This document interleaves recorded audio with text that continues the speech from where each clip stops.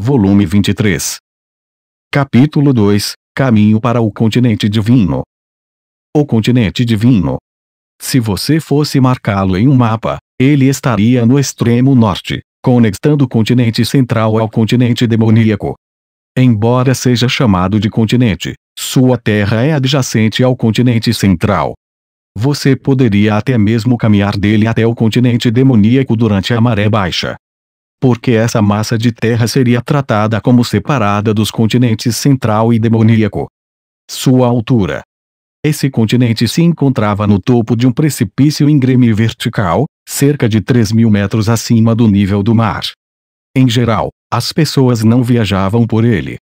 Não era impossível para aqueles que tinham determinação suficiente, mas não havia estradas que valessem a pena mencionar. Considerando os monstros alados que se aglomeram dentro das paredes desse penhasco, qualquer tentativa de escalá-lo seria incrivelmente difícil. Eu tinha ouvido histórias sobre fugitivos procurados do continente central que viajavam pelo continente divino na esperança de chegar ao continente demoníaco e escapar dos caçadores de recompensas. Eu não tinha ouvido nenhuma história sobre eles terem sobrevivido à tentativa. Seria de se esperar que o fato de poder voar tornasse fácil ser um fugitivo, mas, neste mundo, o céu pertencia aos dragões. Esqueça os aviões, a tecnologia deste mundo ainda não havia desenvolvido balões de ar quente. Era o cúmulo da imprudência alguém sair no ar sem proteção. E esse era o lugar para onde Perugius queria que eu trouxesse um bebê de 1 mês. Absurdo.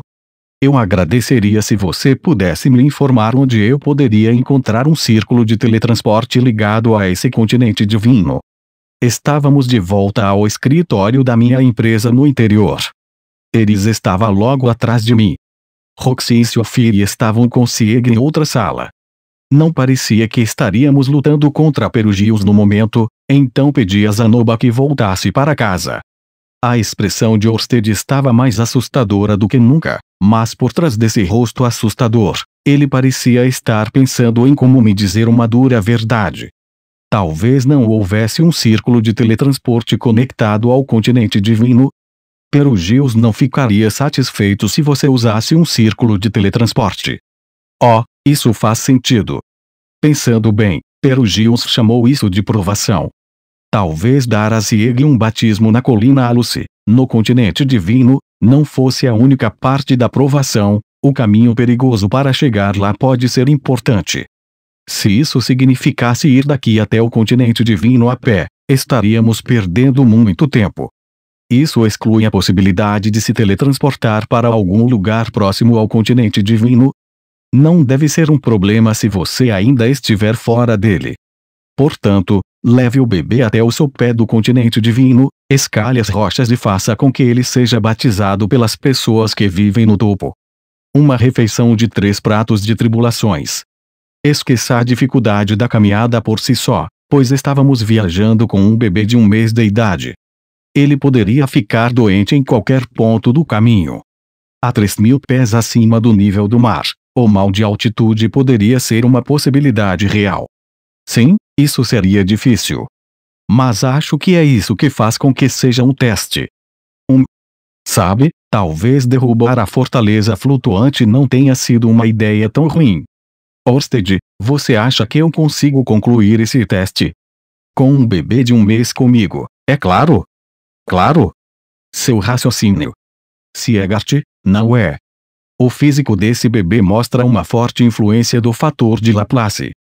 Crianças como essa têm resistência a doenças típicas e a estresses ambientais. Ah, estou vendo. É um efeito que eles incluíram na magia de reencarnação para garantir que o futuro corpo de Laplace sobrevivesse às condições mais adversas. Se uma criança tiver um fator forte, ela poderá sobreviver à viagem para o continente divino. Tudo bem. Se Orsted estava tão confiante assim, então acho que Sieg estaria bem.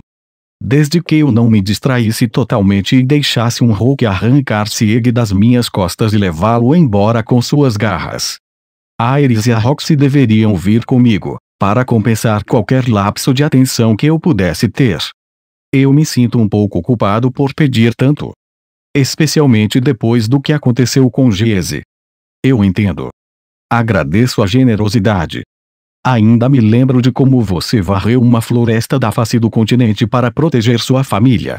Eu não pensaria duas vezes antes de você derrubar o Charles Breaker antes do renascimento de Laplace. Isso é um trunfo, e eu vou precisar dele. Números. Para Orsted, tanto Perugius quanto eu éramos recursos de combate. Ele não queria que suas peças eliminassem umas às outras. Estou aliviado por ver que você está sendo tão complacente. Vamos começar a nos preparar imediatamente. Claro. Com o nosso objetivo bem definido, olhei para trás. Eris estava lá, com os braços cruzados como sempre. Está tudo bem para você, Eris? Para mim, não faz diferença, disse Eris. Ela então me lançou um olhar que eu não tinha visto muito ultimamente, um olhar penetrante. Você não acha que deveria discutir isso com a Sylphie? Não pude deixar de sorrir, pois não era algo que eu esperava ouvir de Eris, mas o aceno que lhe dei foi sincero. Eu entendi. Ponto de vista de Sylphiette. Eu estava perdida. Não sabia a quem perguntar, o que fazer ou como. Nem mesmo sabia o que eu queria que acontecesse. Era doloroso estar tão sem noção. Quando Rudy me disse que mostraria Sieg a Perugius, pensei por um momento em como seria mais fácil se Perugius simplesmente levasse Sieg embora. Esse pensamento me abalou profundamente. Foi apenas um pensamento fugaz, mas confirmou algo: a raiz de minhas ansiedades não era a ideia de Sieg ser Laplace. Mas isso levantava a questão: o que eu temia? Por que eu estava inquieta? Eu não sabia. Tudo que eu podia fazer era segurar Sieg em meus braços e tremer. Mesmo quando nos disseram para ir ao continente divino e batizá-lo, minha mente estava vazia. Era como se eu tivesse voltado ao meu antigo eu, a garotinha que sofria bullying de todas as crianças da Vila Biuna. Rudy me salvou naquela época. Ele afugentou os valentões e me ensinou tudo o que havia para saber. Coisas como magia e como ler e escrever. E agora? Rudy ainda me salvaria? Quando eu era uma criança tola, tinha total fé em Rudy e sabia que ele me salvaria. As coisas eram diferentes agora. Eu amava Rudy e tinha fé nele. Mas eu sabia que ele ainda era apenas humano. Ele podia parecer infalível, como se pudesse fazer qualquer coisa, mas a verdade é que muitas coisas estavam além de sua capacidade. Ele tinha medo de todo tipo de coisa, é claro, e era mais do que capaz de cometer erros simples. Como esquecer de pensar em um nome para o nosso bebê? Isso me surpreendeu e até me decepcionou, mas não me irritei com isso. Rudy estava trabalhando duro como subordinado de Orsted. Eu sabia o quanto ele estava ocupado todos os dias. Eu sabia que ele enfrentava dificuldades no Reino Azura, em Milis, no continente demoníaco. Em todo lugar que ele ia. As pessoas tinham seus limites. Eu queria levar isso em consideração. Eu não podia esperar que alguém fosse um homem de família perfeito enquanto trabalhasse para Orsted. Foi por isso que jurei a mim mesma que faria isso, para que Rudy pudesse ficar livre para continuar seu trabalho. Eu não deveria pedir ajuda a Rudy. Eu tinha que me sustentar sozinha. Rudy não viria me salvar. Então, o que eu deveria fazer? Como eu poderia fazer tudo isso funcionar? Sylphie. Enquanto minha cabeça girava com o ataque de perguntas que não tinham resposta, ouvi uma voz. Voltei instantaneamente à realidade, vendo com um canto do olho a pessoa que havia dito meu nome. Era a Roxy. Desculpe se entendi errado, começou Roxy, perguntando com hesitação e sinceridade.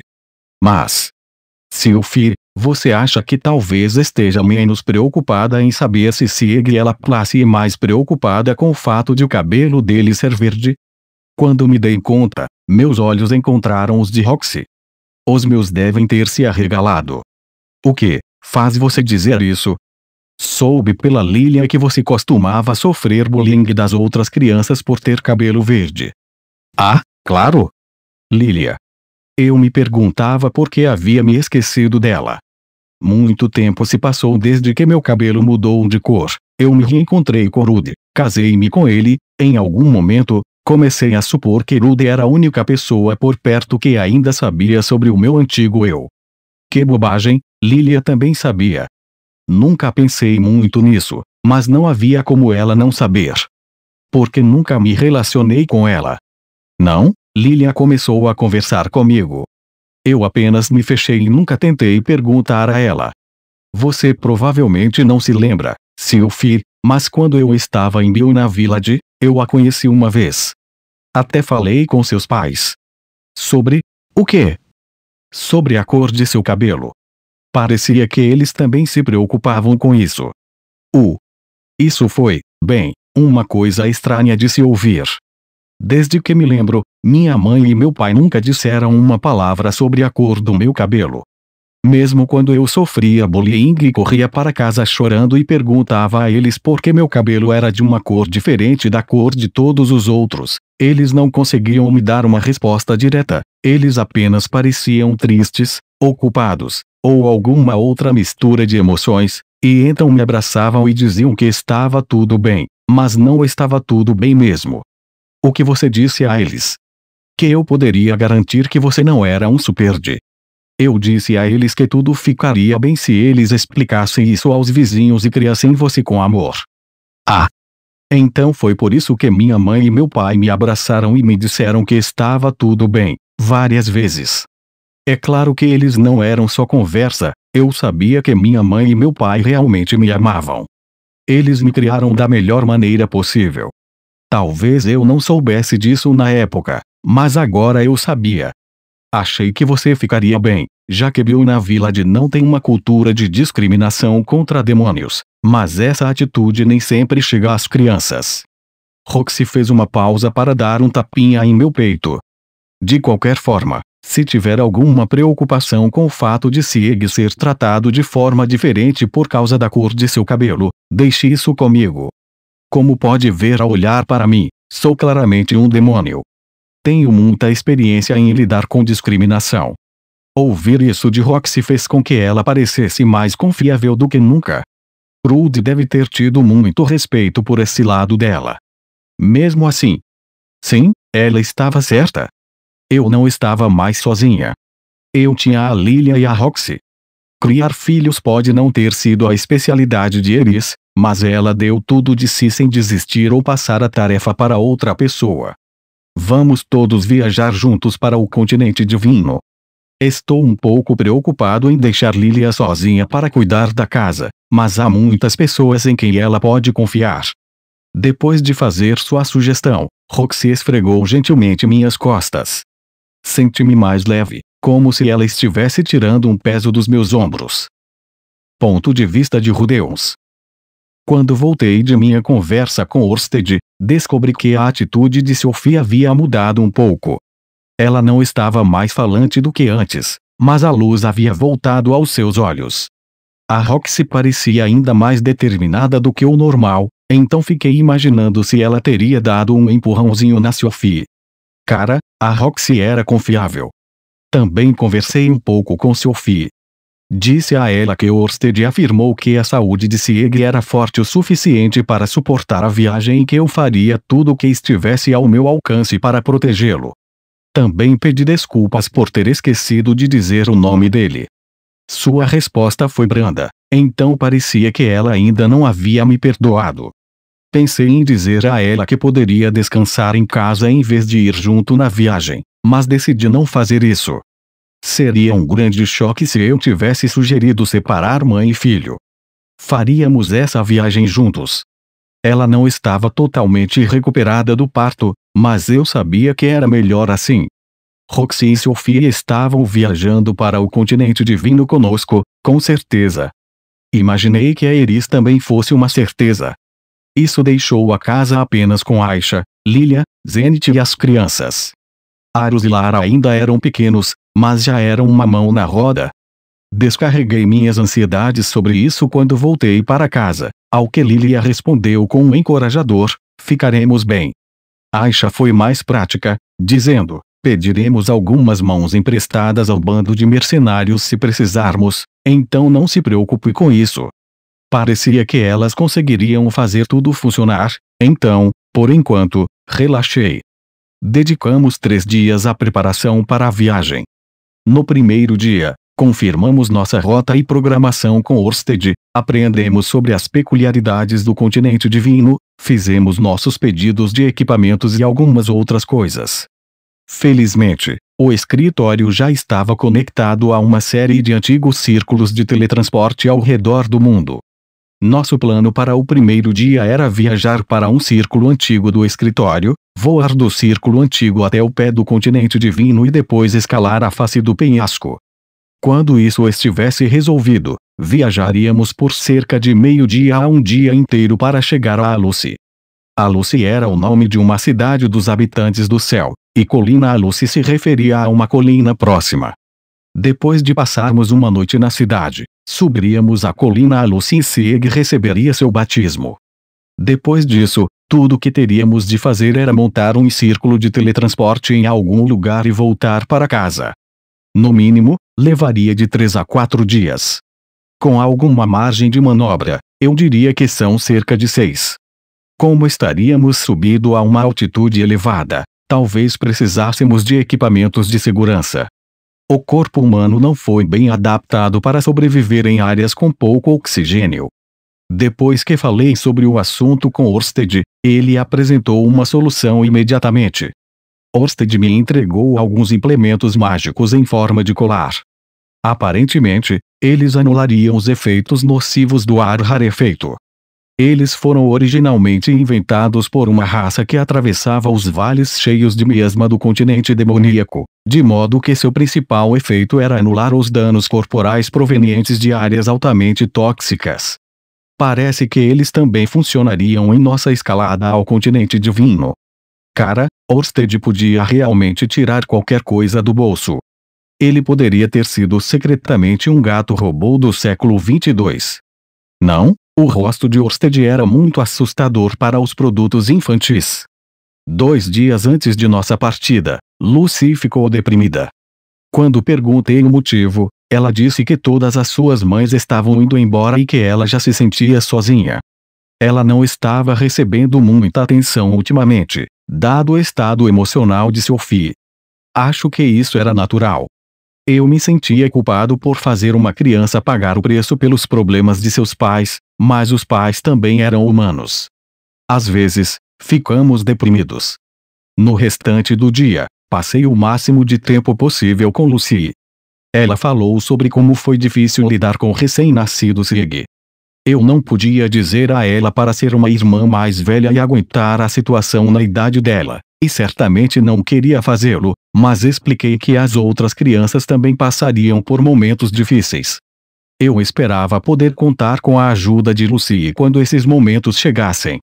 Eu também disse que, se ela precisasse de ajuda, seu velho e querido pai faria tudo o que pudesse para fornecê-la. Lucy fez beicinho na primeira parte, mas parecia estar totalmente envolvida no final.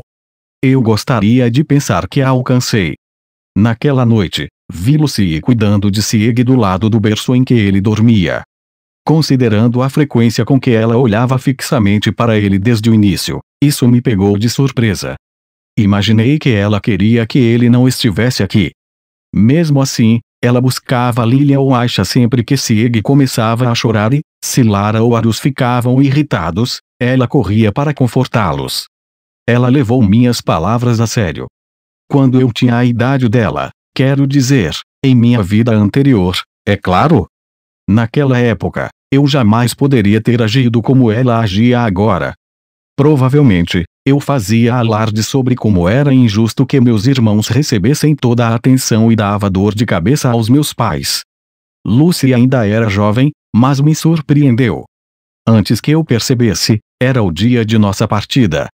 Eu, Eris, Roxy, Sophie e o bebê Sieg. Os 4 pais da família estariam todos nessa viagem.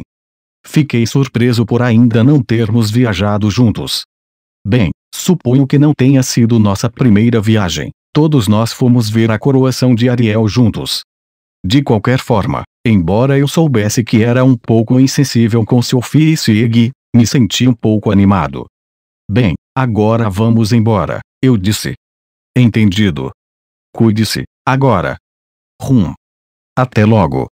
Lilian e Aisha assentiram com a cabeça, como sempre. Apenas Lucy parecia um pouco relutante enquanto segurava a mão de Aisha. Ela estava se esforçando ao máximo para não deixar essa emoção transparecer em seu rosto. Eu realmente deveria passar um pouco mais de tempo com ela depois que a situação com o Giese se acalmasse. Algumas horas depois de nossa partida, chegamos à fronteira do continente divino. Estávamos no extremo nordeste do continente central. Um precipício vertical, do qual nos esforçamos para ver o topo, erguia-se à nossa frente sobre nós. Em ambos os lados, o oceano se estendia à distância. A face do penhasco era mais do que uma simples rocha nua. Alguns habitantes locais acreditavam que os deuses residiam nesse penhasco e, por isso, sua superfície era pontilhada de escadas e pontos de apoio. De acordo com Orsted, um santuário dedicado à adoração desses deuses podia ser encontrado a cerca de 200 metros de altura. Mais acima, havia estacas fincadas na face do penhasco para ajudar na escalada. Elas foram instaladas por alguém que tentou escalar o precipício há muito tempo. Não ficou claro se ele conseguiu chegar inteiro, mas a maioria opinou que ele caiu sem chegar ao topo. Havia uma estrada à direita. Chamá-la de estrada era um pouco generoso, já que não era muito mais do que os restos de uma série de pontos de apoio que mal dava para caminhar. Mas, se alguém caminhava por ela, então era considerada uma estrada. Ela era irregular, mas continuava até o continente dos demônios. Embora fosse, sem dúvida, um caminho árduo, aparentemente era uma aposta mais segura do que tentar subir. Muitas pessoas a atravessaram daqui até o continente demoníaco e vice-versa. Isso, com certeza é alto, disse Eris enquanto olhava para o precipício. Havia um toque de empolgação em sua voz, seus braços estavam cruzados, como se declarasse que isso não era obstáculo para uma aventureira de primeira linha. Ela poderia ter a bravata de um garoto de cidade portuária tentando fazer jus aos seus ancestrais, mas, infelizmente, esse era o fim do continente central, não o fim do mundo. Sylphie estava com uma expressão de incrível desconforto. Dado o seu estado mental atual e o medo de altura, eu não poderia culpá-la. Rude? Perguntou Roxy com a voz trêmula enquanto olhava para o precipício. Como vamos escalar isso? Sua voz parecia pedir que eu tivesse um plano. O que, é claro, eu fiz. Ora, eu realmente iria escalar uma rocha com um bebê recém-nascido sem um plano? Por aqui, pessoal, eu disse, conduzindo o grupo em direção a uma parte da parede que estava relativamente livre de apoios. Não que a presença de apoios fizesse diferença, mas eu não queria dificultar a vida de nenhum viajante que viesse atrás de mim. Primeiro, usei a magia da terra para criar uma caixa que pudesse acomodar cerca de 4 adultos com bastante espaço para respirar. Uma caixa que fosse pesada, mas resistente. Em seguida, acrescentei uma entrada e algumas janelas para deixar entrar um pouco de luz e permitir que verificássemos os arredores. Todos a bordo. Depois de confirmar que todos estavam lá dentro, fechei a porta. Que diabos é isso? Perguntou Eris, que inclinou a cabeça e olhou para mim com o canto do olho. Agora, deixe o mestre fazer seu trabalho, assegurei a ela. Coloquei uma mão no chão. O feitiço que eu havia preparado chamava-se Stone Pilar, pilar de pedra. Formei 4 pilares, fechei-os com firmeza na caixa e bombei um pouco de mana. EP. A caixa começou a se mover lentamente. Para cima. Oh! Bem, essa parece ser uma maneira segura de fazer isso. Senti um sorriso presunçoso ao ouvir o elogio de Roxy. Esse era um feitiço original meu, elevador. Já o havia usado uma vez, no continente de Begarit. Desde então, eu havia pensado ainda mais na segurança dos passageiros. Os pilares que elevavam a caixa foram mantidos resistentes com bastante mana, garantindo que não se quebrassem sobre nós. A criação de pilares que pudessem suportar a viagem de 3.000 metros exigia uma quantidade enorme de mana, então eu fazia uma passagem de bastão a cada 50 metros, criando novos pilares. Achei que ficaríamos bem, mas, caso eu me cansasse ou ficasse sem mana durante a subida, Também poderia fazer um buraco na face do penhasco e colocar a caixa inteira dentro dele, o que me daria uma maneira de respirar com segurança. Sylvie olhou pela janela enquanto segurava Sieg. Um momento depois, seu rosto ficou completamente pálido. Ela veio até mim e se sentou ao meu lado. Dado quanto as coisas ficaram complicadas nas últimas semanas, aqueceu meu coração ver que ela ainda confiava em mim. Cara, isso é que é chato, disse Eris, que também havia se sentado, mas só porque estava cansada da vista pela janela. É melhor assim. Não podemos fazer escalada com um bebê a bordo, certo? Eris torceu o nariz. Considerei o fato de ela não ter me batido como um sinal de que ela entendia perfeitamente. Eu não me permitiria machucar aqueles dois nessa jornada. Nenhum arranhão. No entanto, nenhum tipo de heroísmo compensaria o fato de eu ter esquecido de dar o nome de Sieg. Várias horas se passaram. Meu plano de trocar os pilares a cada 50 metros estava fazendo com que nossa subida transcorresse sem problemas. Sylvie manteve os olhos em Sieg o tempo todo. Roxy tentou aliviar o clima com uma conversa leve. Sylvie não estava em seu estado normal, mas conseguiu responder. Era uma conversa fiada, as reclamações de Roxy sobre seu trabalho, os últimos acontecimentos na escola, a última pegadinha que Lucy lhe pregou, perguntando como Arus e Lara estavam indo. Esse tipo de coisa.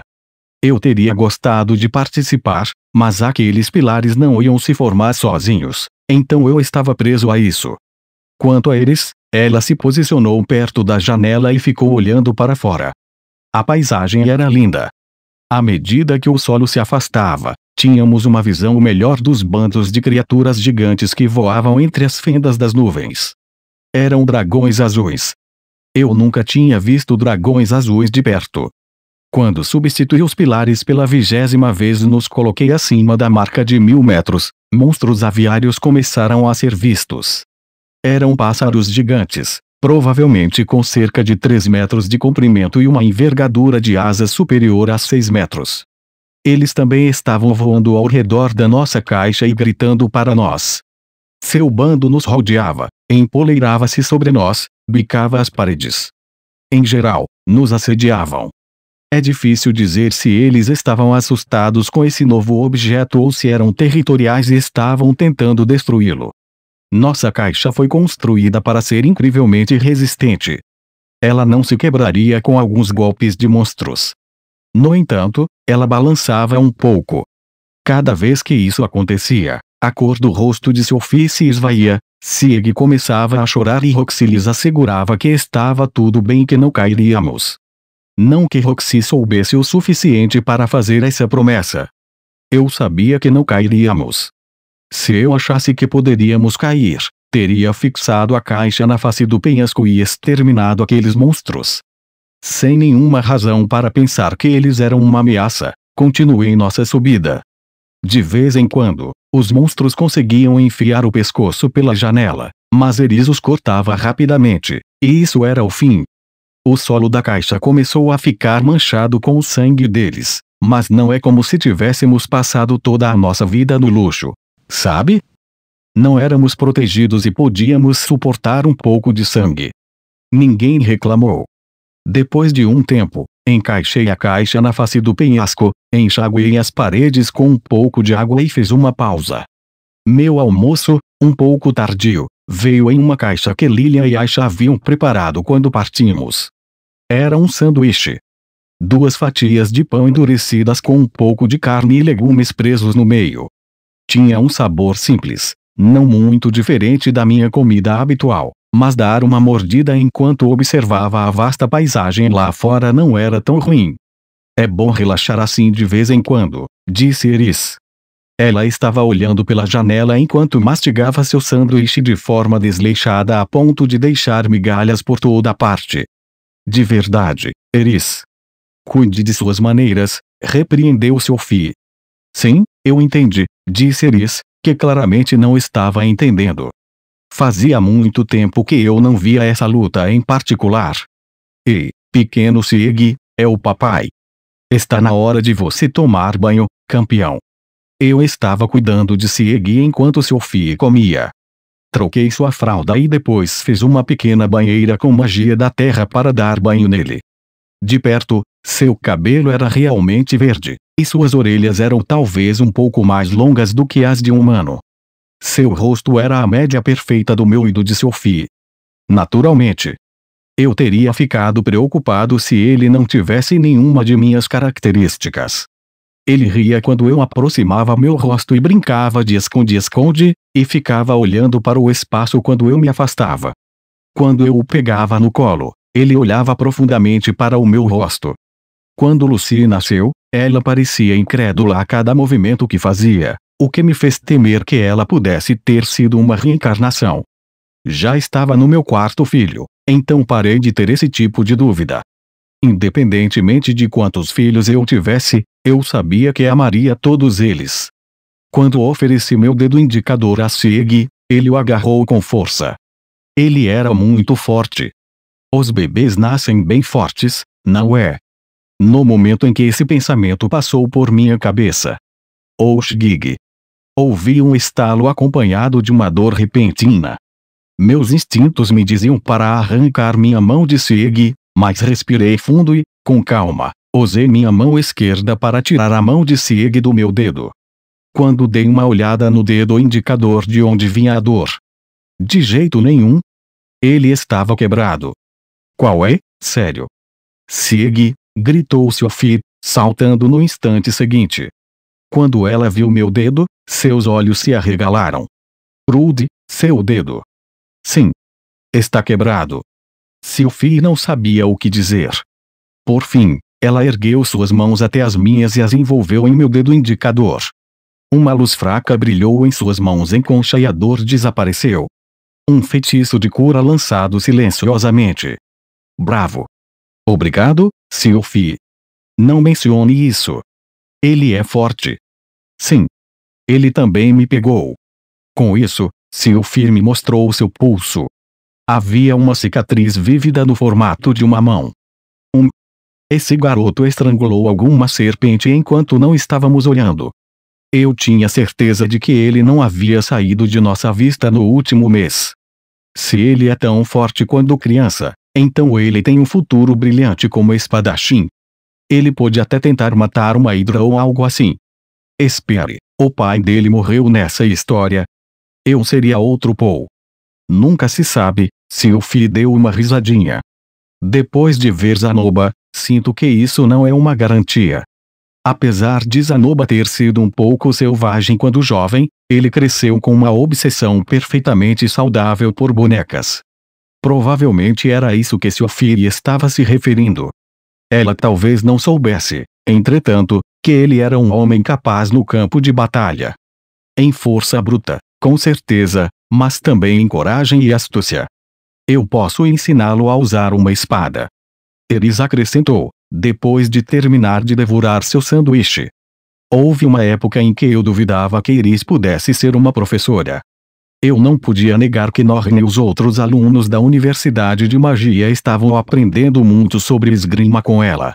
Eu não me referiria às coisas que ela ensinava como aulas, mas, pelo que ouvi, o conhecimento que ela transmitia era valioso. Ainda assim, em comparação com você entendeu.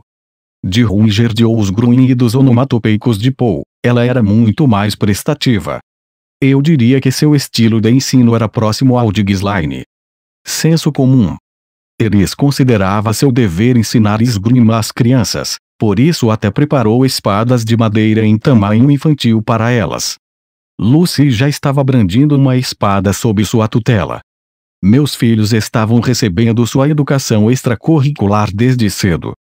Parece que todos os nossos filhos saberão manejar espadas e feitiçaria, disse Roxy, que planejava ensinar-lhes magia. Lucy havia começado a praticar encantamentos pouco a pouco.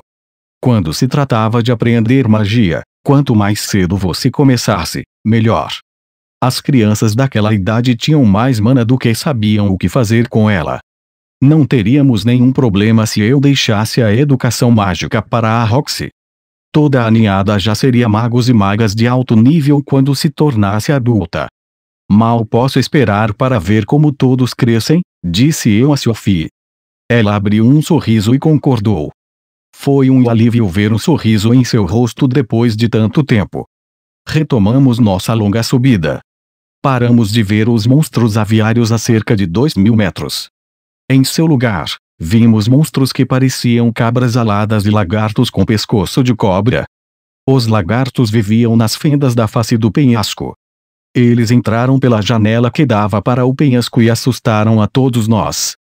Seus longos pescoços lhes permitiam manobrar a cabeça com uma precisão alarmante, e eles estavam vindo em nossa direção.